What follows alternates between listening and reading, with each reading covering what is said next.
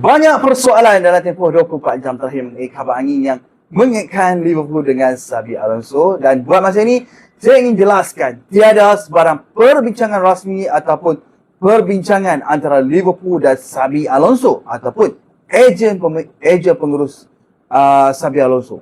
Sejak hari pertama Xabi Alonso dan Real Madrid memutuskan hubungan, hasratnya jelas. Beliau mahu kembali ke dunia kejurulatihan secepat mungkin, tak mahu buang masa. Alonso tidak mahu berehat lama. Dia mahu segera kembali bekerja, membina kerjayanya sebagai seorang pengurus dan menimba pengalaman baru. Liverpool sememangnya kelab yang meminati Xabi Alonso, sangat-sangat meminati, dan tentu saja sebab dia ni adalah legenda kelab Liverpool dan ikon bola sepak Eropah. Tapi menghargai seorang legenda tidak sama dengan rundingan rasmi. Sehingga kini tiada apa-apa yang konkret berlaku dan sebarang kabar angin yang tersebar hanyalah spekulasi buat masa ini daripada apa yang saya baca. Sekiranya situasi berubah ataupun ada perkembangan rasmi, saya akan beri maklumat secara langsung di channel Wasabi saya, di channel YT saya dan juga di akaun TikTok saya seperti biasa.